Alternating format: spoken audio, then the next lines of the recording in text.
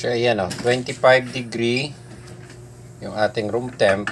Then ang setting ng ating temperature dito sa aircon is 26. So tingnan nyo yung ampere na ibinaba nyo. 1.3 ampere na lang siya. 1.3 ampere dahil lumamig na siya ng 25.3 degree ang ating room temp. So ang baba na lang ng konsumo o ang baba na lang ng kain ng kuryente ng ating inverter aircon. Ayan, dahil sa setting na 26 degree. Okay? So kapag lumalamig ang room, bumababa siya ng yan. O yan, nag-reduce pa siya. 1.2 na lang. Okay? Halos pan-electric pa na lang yan.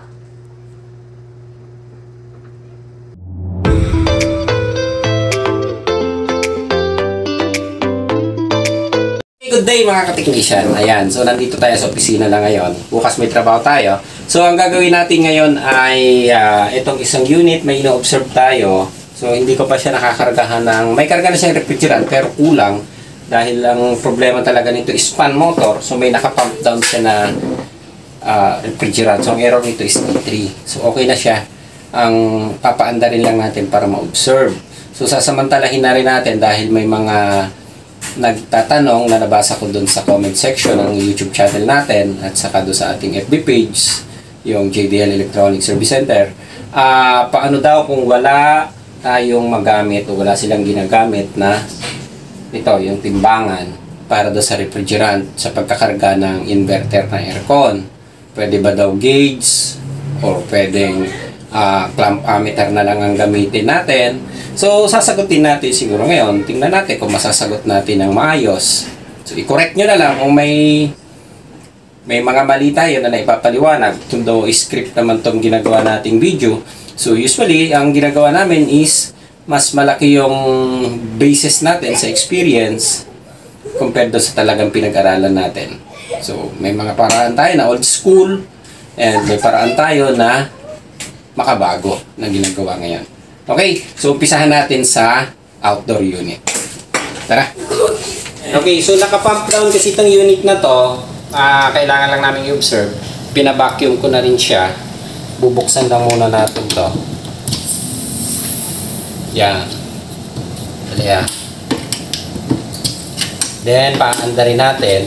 Kasi alam ko kulang ng refrigerant ito.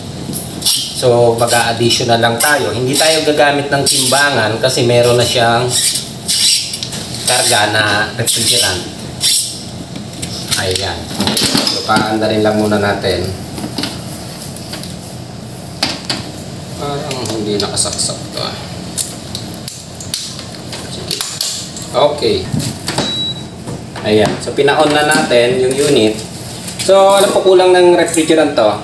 Dahil, doon sa base dito sa gauge natin, makikita nyo siya, hindi siya umabot ng 250 PSI dito.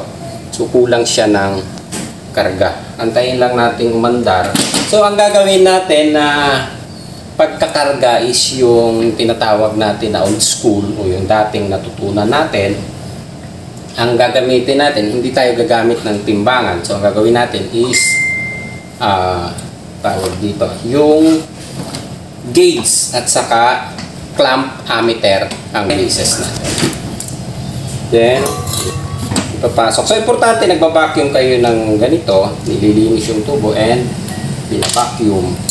So, minsan pag nagmamadali, hindi na yata nagagawa. Yan. O, konti na rin.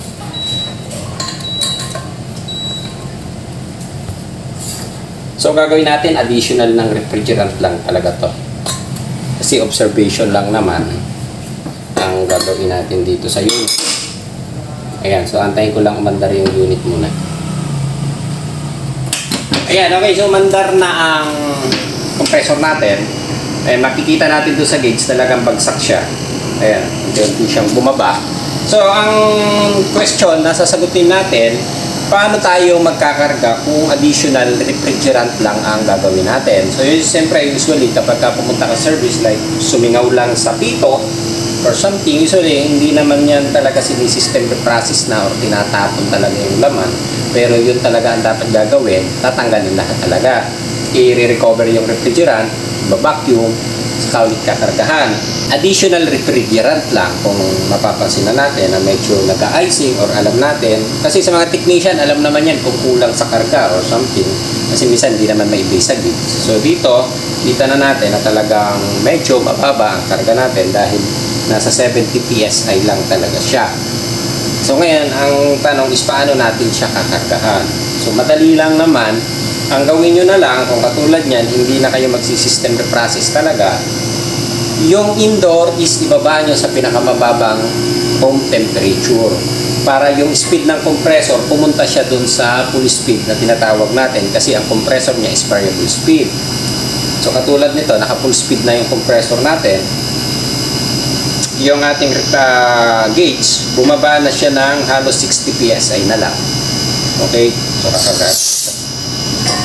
So pagka ganon, makikita nyo rin naman dun sa gauge natin, ay sa clamp ammeter natin, eto, yan o, nasa 3.1 ampere. Okay, kita to, hindi na, 3.1. So pwede kayong magkarga ng refrigerant kung additional lang gagawin nyo. Ilagay nyo lang muna dun sa full speed, kasi wala, hindi naman natin din maiwasan minsan, gano'n na lang talaga ang ginagawa ng paraan, nag-additional na lang tayo. Ayan, so yun yung minsan tinatawag natin na tensiometer lang talaga ang gagawin. Ayan, pasukan natin.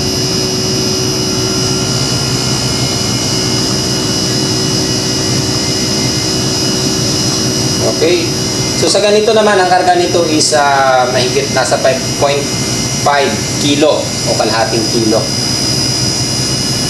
Ayan. So ang ampere natin is pumalo sa 3.5. So nagdagdag tayo ng 100. Ayan, pumalo na ng 100 ang gauge natin. So usually, ang ginagamit lang naman natin, 135. Kapag nag 135 PSI tayo, okay na, 150 ang pinakamataas. Ayan. Okay, tignan pa natin. Tapos usually, ang basis din natin is kapag malamig na yung tubo or hindi na nagkakaroon ng icing sa tubo, so okay na.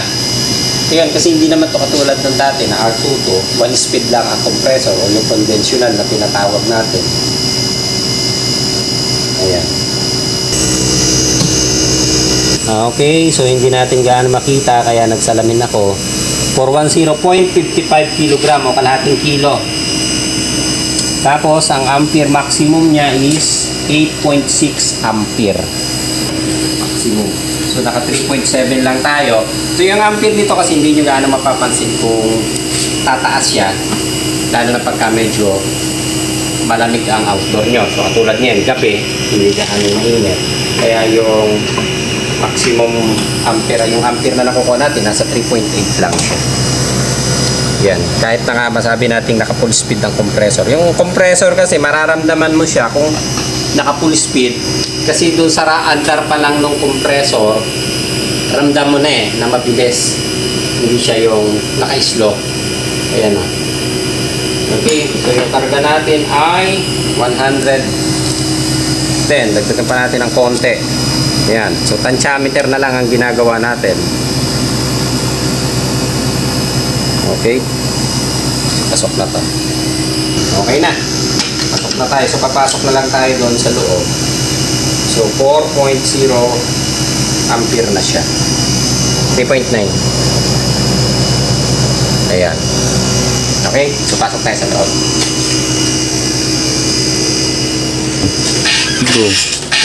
Oh, sarap buhay mo, baby boy ah.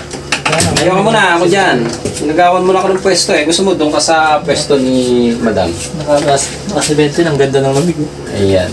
Okay, so yung ginawa natin is nilagay natin sa pinakamababang setting, 17 degree. Para yung compressor natin is nagpo-full speed. Ayan. Okay. So, balikan natin ulit yung paraan na pagkakarga na ginagawa natin. So, siyempre, karamihan naman ng nagpi-freelance na technician, hindi pa nakaka-provide ng ganito yung weight scale o yung timbangan. So ang ginagawa namin kasi dati, ako kailan lang din ako bumili nito eh. Dahil ang ginagawa namin kapag bumibili ako ng refrigerant sa mga store, pinapatimbang ko. Ayun. So kapag nagkakarga tayo, ilalagay natin like katulad nito, ilagay natin sa 17 degree yung ating para yung ating compressor is naka full speed. So gano'n na lang ang gawin natin. So sa amin sinishare lang namin yung sa amin. So kung may mga pamamaraan naman kayo na pwede nyong gawin, so okay na siguro yun kung alin yung alam nyo. Yun. Kasi iba kasi ang pagkakarga sa inverter aircon compared doon sa dating ginagawa natin na yung conventional. Kasi usually 60 PSI, 65 PSI, so okay na, enough na. Kapag medyo nag-lose compression na, binababaan ng konti, 55 PSI sa R22, so yun lang ginagawa natin. Tapos nakabase lang tayo doon sa clamp ammeter. Sa inverter kasi medyo mahirap. So katulad itong ginawa namin, so additional lang siya, pero talagang si standard na dapat gagawin, ang karga ng refrigerant, titimbangin yung ipapasok. Okay? So bakit natin nasabi na kailangan timbangin? Kasi ang katulad nito, naka full speed siya, then ang karga natin is sumabot, nung nag full speed siya, ang karga namin is 115 PSI lang, umabot. So kapag tinaas natin to, yan, ngayon naka 17 tayo, malamig na yung room natin, tingnan natin kung ilang degree dito para makita natin kung ilang degree yung room natin. Kabubuhay lang din naman ito. Okay. Ayan, so nasa 25 degree pa lang tayo dito sa room. So antayin pa natin ng konti Yung ating room temp is nag 25 degree na. So matatagalan tayo kung antayin natin na 17 degree. So ang gagawin natin muna para labay paliwanag natin. So ilalagay ko siya sa 24. Ito yung pinakamalapit Tapos tignan natin yung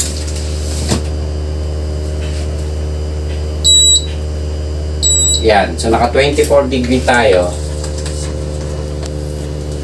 Yung ampere natin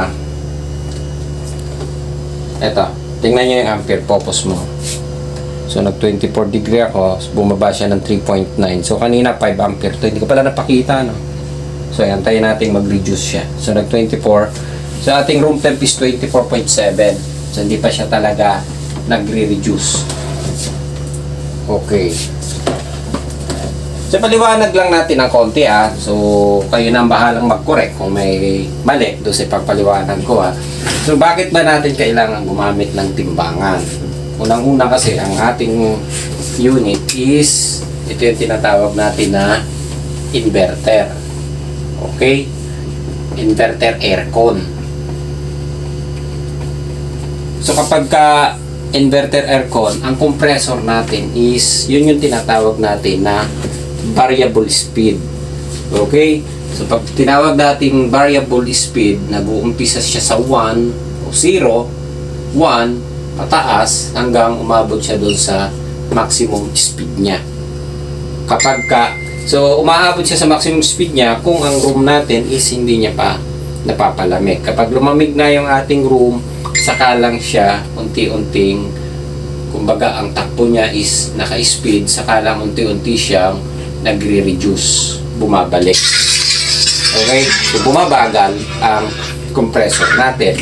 Kaya kung nagkakarga tayo, sabihin natin nagkakarga tayo ng refrigerant, paano nyo kukunin yung eksaktong karga na sabihin natin 135 PSI ang ikakarga natin kung lumamig na yung room? So kapag lumamig na ang room, ang mangyayari, babagal ng bahagya ang compressor. Kung unti-unting bumabagal ang speed ng compressor. So kapag bumagal ang speed ng compressor, ano mangyayari sa gauge natin? So tataas. Tataas yung gauge natin. Tumataas yung nakukuha natin.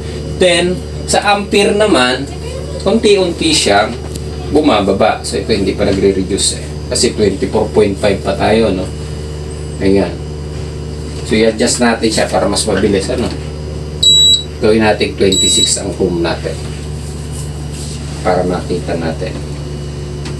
Ayan. So, hindi talaga uubra na mano-mano ang gagawin natin o yung tinatawag natin na old school na pagkakarga. Gagamit talaga tayo ng timbangan. Pero kung katulad nitong ginawa namin, na nagdagdag lang, hindi naman natin maiwasan. So, dadagdagan mo lang talaga siya ng refrigerant. Huwag lang yun, nagkarga kayo ng refrigerant. Ginamitan nyo ng Bluetooth. Mahirap yun, ano. Yung talagang kakargahan nyo, kung kakargahan. Mahirap kasi yung iba nakakargahan, tapos hindi pala kinakargahan. Para lang makasingil ng mas malaki. So, mahirap kasi yun, may karma. Okay, so yan, 26, 24.5. Antayin natin na mag-reduce ng bahagya. Okay. Ayun, so yun yung sinasabi natin na kailangan talaga natin kapag ka-inverter aircon na nagkakarga tayo, gagamit tayo ng ganitong timbangan. Or kung wala kayong timbangan, katulad nung ginagawa namin dati, yung isang tangke, ang laman ng 2 kilo, usually 2 kilo. So kapag may lakad ang mga tao namin, yun lang ang pinapupunuan namin, 2 kilo lang ang karga. So doon sa 2 kilo, kung ang lakad nila ay sa 4 na magagamit nila ay sa 3 hanggang 4 na 1 HP na unit. Kasi 0.5 lang ang karga ng isang 1 HP eh. So yun lang ipupuno natin. Kahit yung R32 usually ang 1 HP is 0.5 lang, 0.4, 0.5 lang.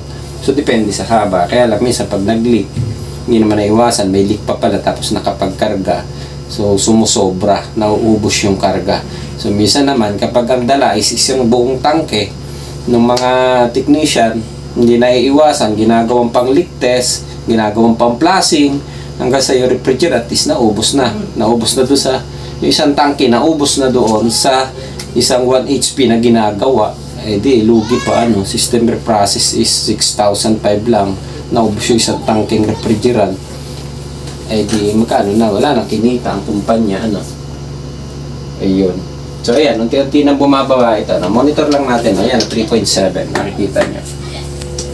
3.8. Bumaba na ulit siya. Nag-minor na yung speed. Ayan. So bumababa ang ampere, kaya yung gauge natin, kapag bumababa ang ampere, bumabagal ang speed ng compressor. Kapag bumagal ang speed ng compressor, yung karga natin, tumataas naman yung gauge natin. Ay kung nag-base lang kayo sa gauge, tapos, nung time na yun is naka-reduce ang compressor nyo or mabagal lang speed, so mataas ang karga nyo. Kaya pag nag-full speed, saka lalabas yun na kulang pala sa refrigerant. Or nagkarga kayo is naka-high speed siya, tapos hinabol nyo is 135, 135. So kapag nag-reduce siya, is sobra-sobra naman yung karga nyo. Kaya dapat talaga, titimbangin nyo, ang ipapasok nyo kung ano yung required na timbang doon sa kakargahan nyo. So sa 10 feet yun, first 10 feet. So may additional yun kung lumampas ng 10 feet. Usually, mga 10 to 15 hanggang 25, hindi naman kami nagdadagdag, lalo na ang bagong unit hanggang 30. Isa po, 50 feet. Hindi na rin namin dinadagdagan usually kasi yung lamig naman, ramdam mo, maayos eh. So, ayun. Okay naman. So ito, okay na tayo. Yun, so yung conclusion natin na tinatanong sa atin, kapag nagkakarga tayo talaga ng 41032, lalo na sa inverter o inverter aircon, sa conventional pwede namang hindi. So sa inverter, kailangan nyo talaga ng timbangan. Okay? So okay na tayo. Ayan, 3.6 ampere na to. Nag-reduce na siya. Okay? So malamig na rin. Yun. So unti-unti siyang bumababa. Ayan. So okay na tayo. So yun lang ang na-share natin. So doon lang sa nagtatanong kung ayan, 25 degree yung room natin eh. Sa nagtatanong na kung pwede ba. Pwede naman kung talagang gagawin katulad ng ginawa natin. So tinantiometer lang natin. So umubra naman, pwede naman siya eh. Kasi yun naman talaga ang ginagawa natin. Pero ang kailangan talaga natin kung magkakarga tayo, timbangan talaga. Pwede naman. Kung based doon sa ampere pala, nakalimutan ko, pagka ampere lang, sasagutin natin yung tanong, pwede bang sa magbe-base lang tayo sa ampere? So sa ampere, hindi nyo rin nga siya makukuha kung ampere ang gagamitin nyo. Tulad nito, nakamonitor ka lang ng ampere tapos nagkakarga ka, ang titingnan mo lang kung nag-maximum, paano kung yung compressor mo naman pala ay hindi pa naka-maximum speed, hindi mo pa makukuha yung maximum current. So makukuha mo lang maximum current nun kapag naka-maximum speed na siya, naka-full speed na yung compressor. At saka mainit na ang condenser, magbabago rin yung ampere nyo kapag umiinit na ang condenser. So unti-unti siyang nagbabago. Ngayon, kapag binaba mo naman tinaas mo naman yung temperature mo, magbabago ulit siya. So hindi mo talaga siya makukuha kung gauge or ampere lang. Okay, pero yun nga sabi ko, kung additional refrigerant lang, pwede naman. Pero kung, depende na sa inyo kung anong sistema ang gagawin nyo. Kasi minsan, syempre, walang budget yung customer, tatanggal ng refrigerant, ipapasok natin sa system reprocess. Tapos syempre medyo mahal, magkano ba system reprocess? So nagbi-minimum na sa 3,500 pataas ang system reprocess. Usually 5.5 talaga ang standard sa 1 HP. So medyo mahal. Ngayon kung additional refrigerant lang, so mababa lang yung idadagdag. So pwede naman nagagamit na makatulad niya, lumalamig naman So ang labanan naman usually is lumalamig. Kaya lang kung standard talaga pag-uusapan, titimbangin niya. Yun. So, yun lang yung sagot natin. Ganun lang kasimple. Okay na tayo. Okay. Ayos.